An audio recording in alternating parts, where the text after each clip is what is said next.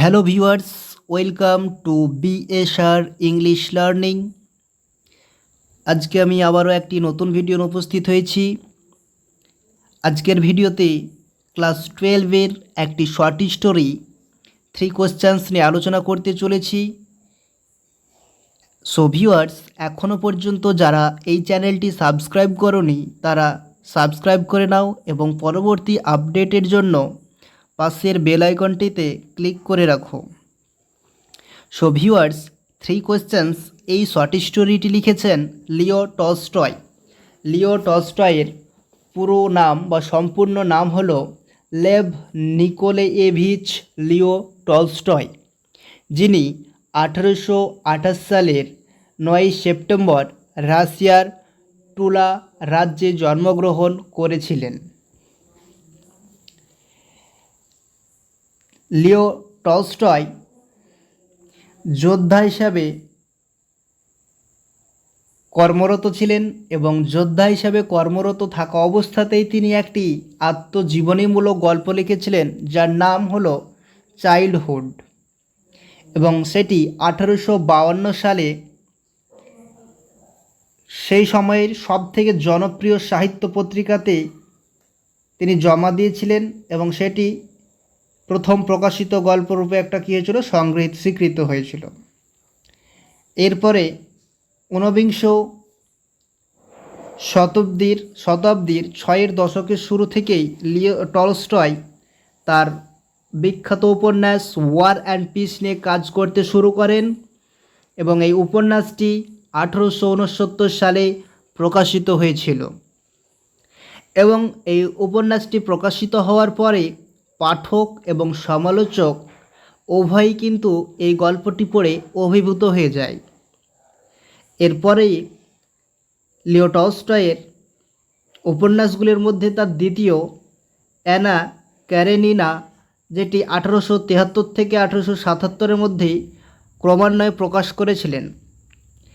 এই উপন্যাসটিতে টলস্টয়ের জীবনের কিছু ঘটনার কথাও বলা হয়েছে। বিশেষত কিটি ও লেভিনের মধ্যে যে প্রেম পর্বটি বলা হয়ে থাকে, লিও টলস্টয় ও তার স্ত্রী প্রেম পর্বের আদরে সেটা লেখা রয়েছে। সো ভিউয়ার্স, আজকে যে 3 কোশ্চেন্স নিয়ে আলোচনা করতে চলেছি, সেই 3 কোশ্চেন্স এই শর্ট স্টোরিতে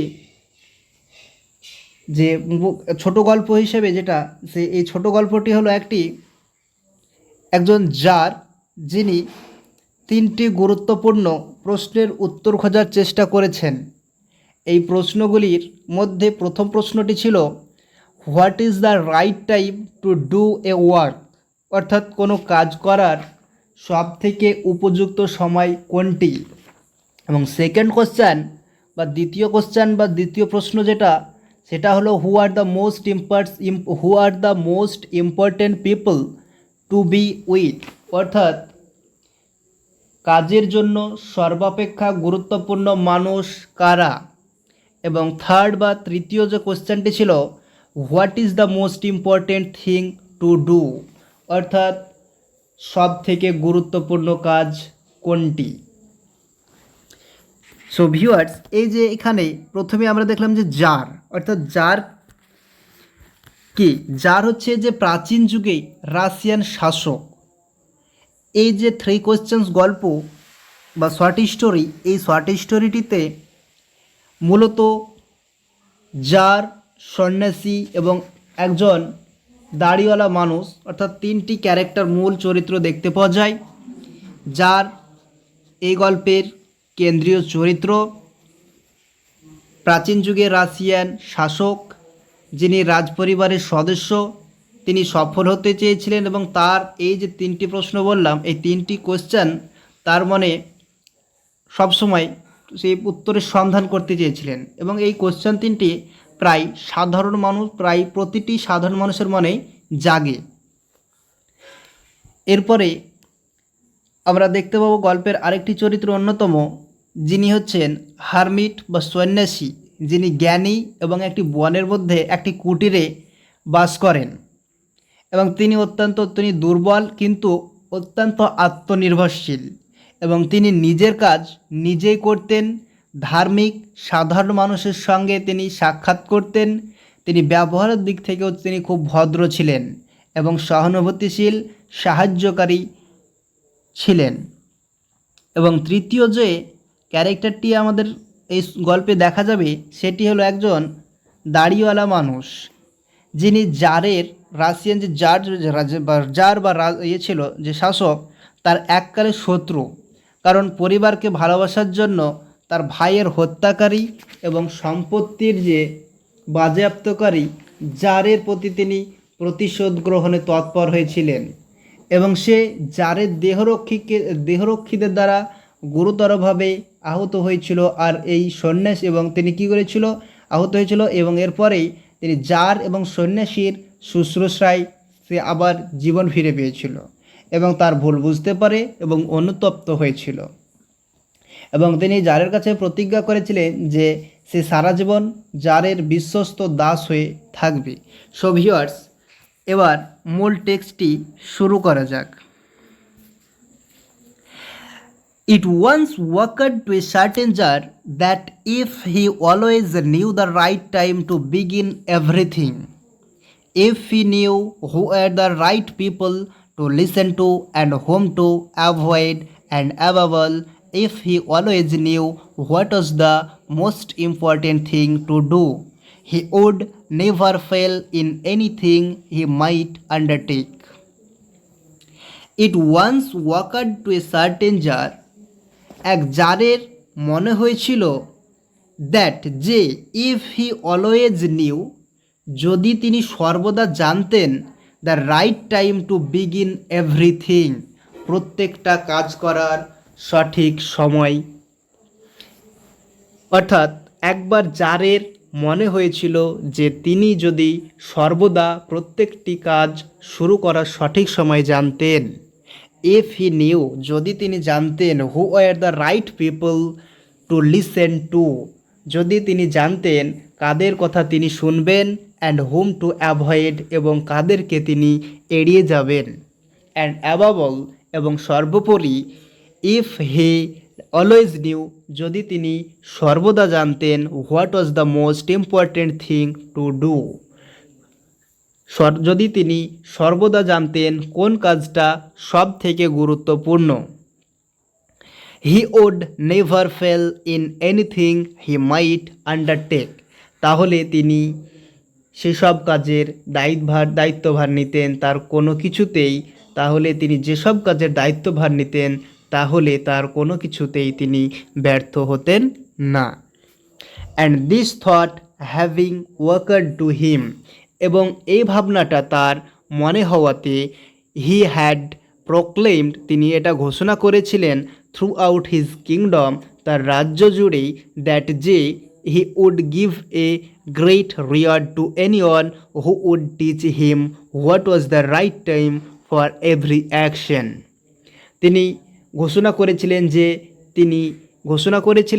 যে কোনো ব্যক্তিকে দারুণ পুরস্কার দিবেন যে তাকে এটা শেখাতে পারবে যে প্রত্যেকটা কাজ করার সঠিক সময় কোনটি, and who were the most necessary people, এবং সব থেকে দরকারি লোকজন, and how he might know what was the most important thing to do, এবং কিভাবে তার পক্ষে এটা জানা সম্ভব যে কোনটি সব থেকে গুরুত্বপূর্ণ কাজ। And learned men came to the jar, but they all answered his questions differently. And learned men came to the jar, এবং বিদ্বান বা বিজ্ঞ মানুষেরা জারের কাছে এলেন, বাট কিন্তু দে all answered his questions differently, কিন্তু তারা সকলেই তার প্রশ্নের বিভিন্ন রকম উত্তর দিয়েছিলেন। In reply to the first question, প্রথম প্রশ্নের উত্তরে, সাম সেড, কয়েকজন বলেছিল, that to know the right time for every action, যে প্রত্যেকটা কাজ করার বা কাজ শুরু করার সঠিক সময় জানার জন্য, one must draw up in advance, তাকে জানার জন্য, সঠিক সময় জানার জন্য কি করতে হবে, a table of day, months and years, and must live strictly according to it. প্রথম প্রশ্নের উত্তরে তাহলে কয়েকজন বললেন যে প্রত্যেকটা কাজ শুরু সঠিক সময় জানার জন্য কাউকে আগে থেকে দিন, মাস, এ টেবিল অফ ডেজ, দিন, মান্থস, মাস অ্যান্ড ইয়ার্স এবং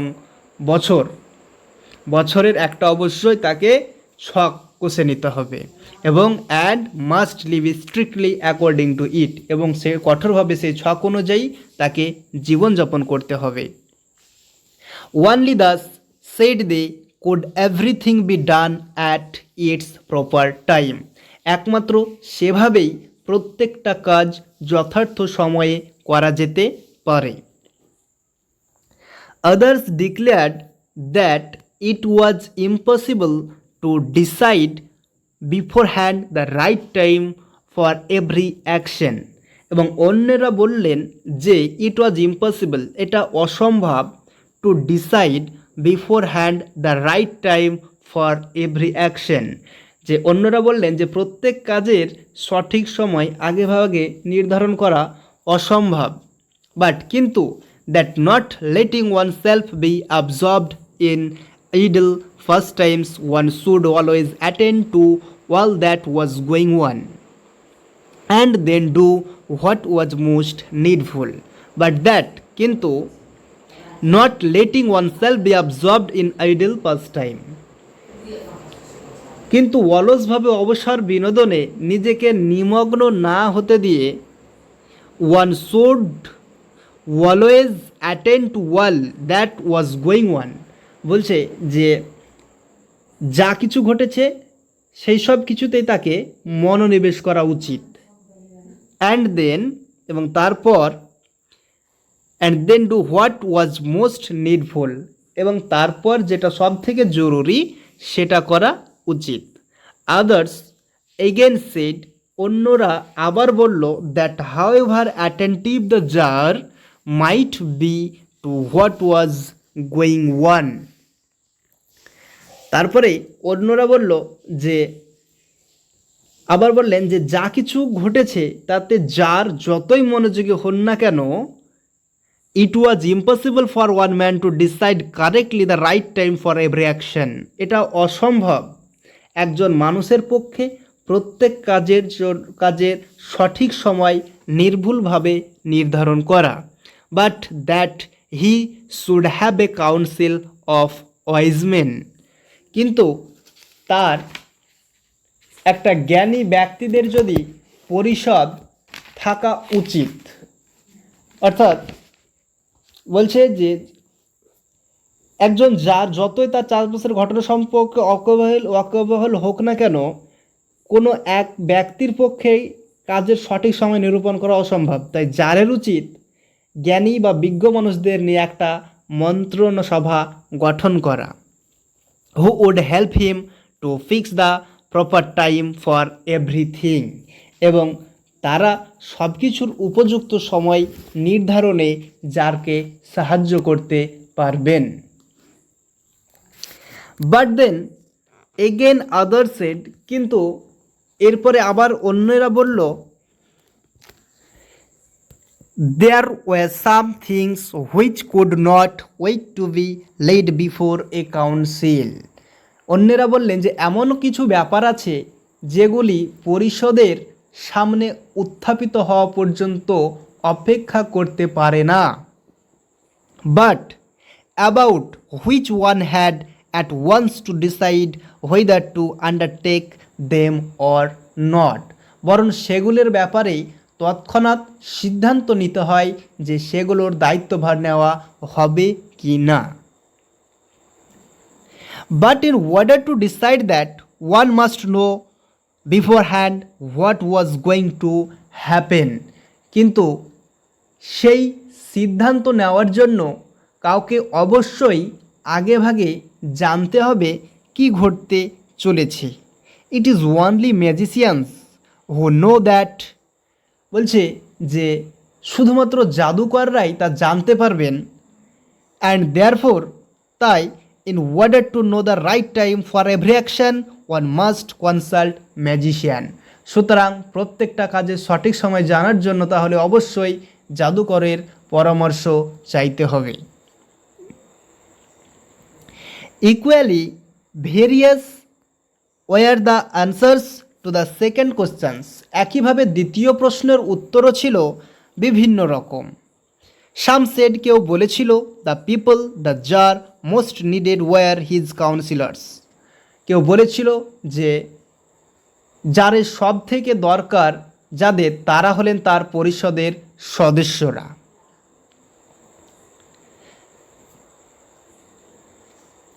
আদার্স, অন্যরা বলল দ্য প্রিস্ট, অন্যরা বললেন পুরোহিতরা। আদার্স, অন্যরা বললেন দ্য ডক্টরস, চিকিৎসকরা।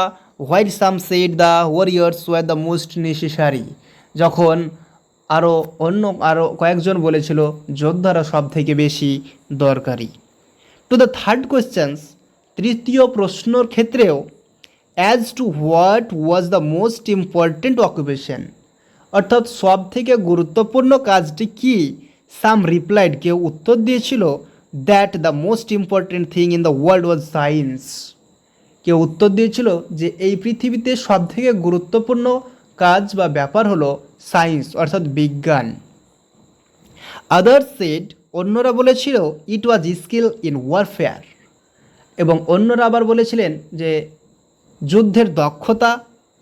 And others again that it was religious warship, এবং আরও কয়েকজন বলেছিল যে সব থেকে গুরুত্বপূর্ণ কাজ হলো ধর্মীয় পূজা অর্চনা। All the answers being different, the jar agreed with none of them and gave the reward to none. All the answers being different বলছে সব উত্তর যেহেতু বিভিন্ন ধরনের হওয়ার জন্য the jar agreed with none of them, tsar তাদের কারো সঙ্গেই সহমত হলেন না, and gave the reward to none, এবং কাউকেই পুরস্কারও তিনি দিলেন না। But still wishing to find the right answers to his questions, কিন্তু যার তখনও তার প্রশ্নগুলোর সঠিক উত্তর জানার ইচ্ছেতে he decided to consult a hermit, তিনি একজন সন্ন্যাসীর পরামর্শ চাওয়ার সিদ্ধান্ত নিয়েছিলেন। Widely renowned for his wisdom, যিনি তার জ্ঞানের জন্য খুবই প্রসিদ্ধ ছিলেন, অর্থাৎ প্রসিদ্ধ ছিলেন এখানে সেই রিনাউন্ডেড, প্রসিদ্ধ ছিলেন তিনি হলেন সেই hermit. The hermit lived in a wood, বলছে যে সন্ন্যাসী বাস করতেন এক বনে, হুইচ হি নেভার কুইটেড, যেখান থেকে তিনি এক পাও নড়তেন না। And he received none but common folk, এবং তিনি সাধারণ লোক ছাড়ার কাউকেই অভ্যর্থনা জানাতেন না। So the jar put on simple clothes and before reaching the hermit's cell dismounted from his horse and leaving his bodyguard behind went on alone. And he received none, so the jar put on simple clothes, সুতরাং jar খুব সাধারণ পোশাক পরলেন, and before reaching the hermit's cell dismounted from his horse, এবং জারের সন্ন্যাসীর আশ্রমে পৌঁছানোর আগে তিনি তার ঘোড়া থেকেও নেমে পড়লেন। And living his bodyguard behind, এবং তার দেহরক্ষীদের পিছনে রেখে গেলেন। অ্যান্ড ওয়েন্ট ওয়ান অ্যালোন, এবং তিনি একা একা এগিয়ে গেলেন। When the tsar approached, the hermit was digging the ground in front of his hut, যখন জার নিকটবর্তী হলেন সন্ন্যাসী তার কুটিরের সামনের জমিটি খুঁড়ছিল। সিং দ্য জার, তিনি জারকে দেখে he greeted him and went on digging, জারকে দেখে তিনি তাকে সম্ভাষণ জানালেন এবং জমি খুঁড়তেই লাগলেন বা থাকলেন। The hermit was frail and weak, সন্ন্যাসীটি ছিল জীর্ণ ও দুর্বল। And each time he stuck his spade into the ground and turned a little earth he breathed heavily, বলছে যে প্রত্যেকবার তিনি মাটিতে কোদালের কোপ দিয়ে অল্প মাটি তোলার পরেই তিনি হাঁফাচ্ছিলেন। The tsar went up to him and said, tsar তার কাছে গেলেন এবং বললেন, I have come to you, আমি আপনার কাছে এসেছি, ওয়াইজ হারমিট জ্ঞানী সন্ন্যাসী, to ask you to answer 3 questions. আমি আপনার কাছে এসেছি আপনার কাছ থেকে 3টি প্রশ্নের উত্তর চাইতে। How can I learn to do the right thing at the right time, আমি কিভাবে সঠিক সময়ে সঠিক কাজটি করা শিখতে পারি। Who are the people I most need, তাদের আমার সব থেকে বেশি দরকার। And to whom should I therefore pay more attention than to the rest, তাই তাই কাদের প্রতি অন্যদের থেকে বেশি মনোযোগী হওয়া বা মনোযোগ দেওয়া উচিত আমার। And what affairs R the most important and need my first attention, এবং কোন ব্যাপারগুলো বা কাজগুলো সব থেকে গুরুত্বপূর্ণ এবং আমার প্রথম মনোযোগ দেওয়া উচিত। The hermit listen to the tsar but answered nothing, সন্ন্যাসী জারের কথা শুনলেন বাট আনসার্ড নাথিং, কিন্তু তিনি কোনো উত্তরই দিলেন না। He just spat on his hand and recommenced digging, তিনি শুধুমাত্র তার হাতের ওপরে থুথু ফেললেন এবং পুনরায় মাটি খোঁড়া শুরু করলেন। ইউ আর টায়ার্ড, আপনি ক্লান্ত, সেড দ্য জার, জার বলেছিল।